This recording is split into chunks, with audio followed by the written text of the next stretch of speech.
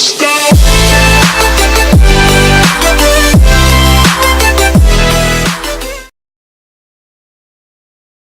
welcome to another installment of Ask Andy. I'm Andy Regan from JH Audio, and I'd like to take your questions here.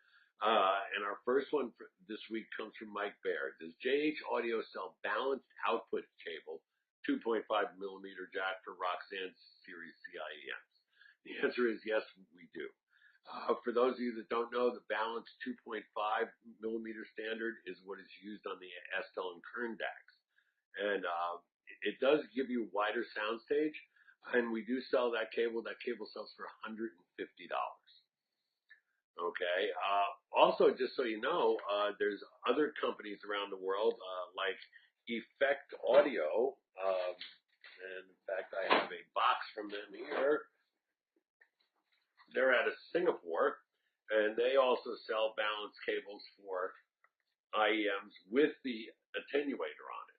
And while I'm at it, just a little quick thing is, we love when people make aftermarket cables for our earpieces, but you're really missing something if you don't get the attenuator.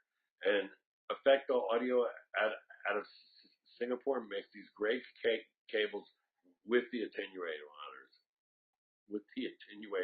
them. So try these out. I think they're quite expensive. I don't know how much, but very, very well made. But we can sell you a Moon Audio cable. They're not Silver Dragons. It's just a Moon Audio. Same cable as we use for our standard cable, but with the 2.5 millimeter jack for $150. From Igor Simeon. Again, I'm sorry if I'm not saying your name right, but Igor would like me to compare the 13 V2 to the Roxanne.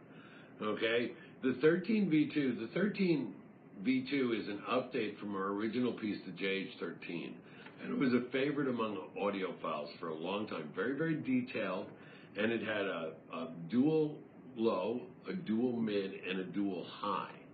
Now, on the upgrade, it's gone to an 8 driver. So now it's a dual low, dual mid, quad high. So it goes out even further detail-wise. It'll go out to 23 kilohertz. The Roxanne is a 12 driver. So it's a quad bass driver, quad mid driver, quad high driver. So first of all, with the Roxanne versus the 13, you're going to get much stronger bass and a much stronger mid range. Now, that said, they're both tuned very differently. So if you lean more towards the audiophile type sound, the 13 V2 is a really great idea. And in fact, for the money, a 13 V2 is an amazing piece. Now, the Roxanne is what we call kind of our rock and roll mix. It's got kind of a little warm mid bump in it, and it's just an amazing piece across the board. A lot of headroom. If you tend to listen very loudly and to rock and roll type stuff, Roxanne is the way to go across the board. Okay, they both have an adjustable bass, so the 13 has a lot more bass than it once had, but it's a dual bass driver versus a quad bass driver. So, like I said, they both have very different signatures, and they're great. But Igor also wanted to know a little bit about the Ambient FR. The Ambient FR is basically a 13 with a vent in it with a 15 dB filter. Now, how you can equate that is, I have musicians' earplugs that when I go to concerts, I use a 15 dB filter when the concert's going to be really loud. Okay, but the ambient, what it was really meant for, was people that have to hear outside sound.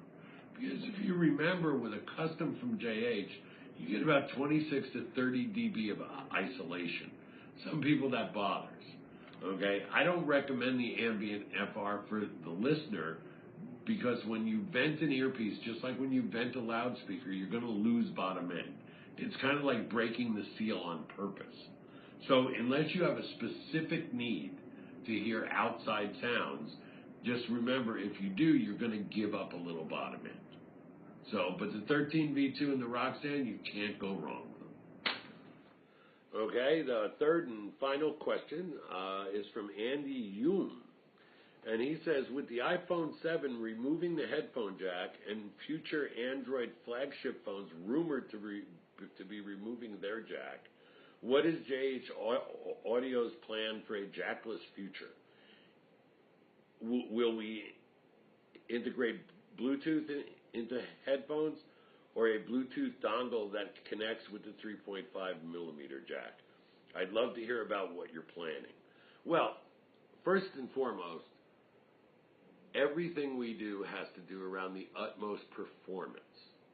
So really with the people removing the jacks, and of course I have an iPhone 7 that has no jack on it, okay, we are not planning on putting Bluetooth in the headsets. Now myself, when I use my phone for music, which I usually don't use, I usually use an Estelle and Kern player or a Sony player. When I use my phone, I use the XBR from Estelle and Kern. That's the Bluetooth module with an amp, and that uses the aptX chip, which will transfer 2496 audio. Either that, or I use the little dongle that Mac sells to go from the Lightning jack to a 3.5. Now, I'd show that to you right now, but I've lost another one.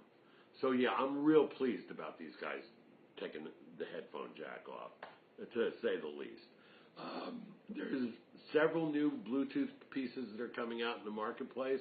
There's one from a company called Blue Water that I saw at CanJam. It was a really nice piece. Also had an amp built in it. But you're really just going to have to use Bluetooth or the dongle. That's the best that anybody's going to do. Now, when I travel long distance on airplanes, a lot of times I'll use the new Sony MDR1000 wireless headphones. And they do a nice, between the Sony player and them, they transfer 2496 as well. And it sounds really, really good. So that's about it for the week. Keep going. Keep asking me questions. A lot of this stuff is moving targets with the phone companies changing things. And I think there's a lot of new players and great stuff out. In fact, I'm off to Singapore in a few weeks for CanJam Singapore, and I'm sure there'll be new stuff. And I'll talk about that too. You can ask my opinion about anything because I'll give it to you. Okay? Thanks, folks. JH out.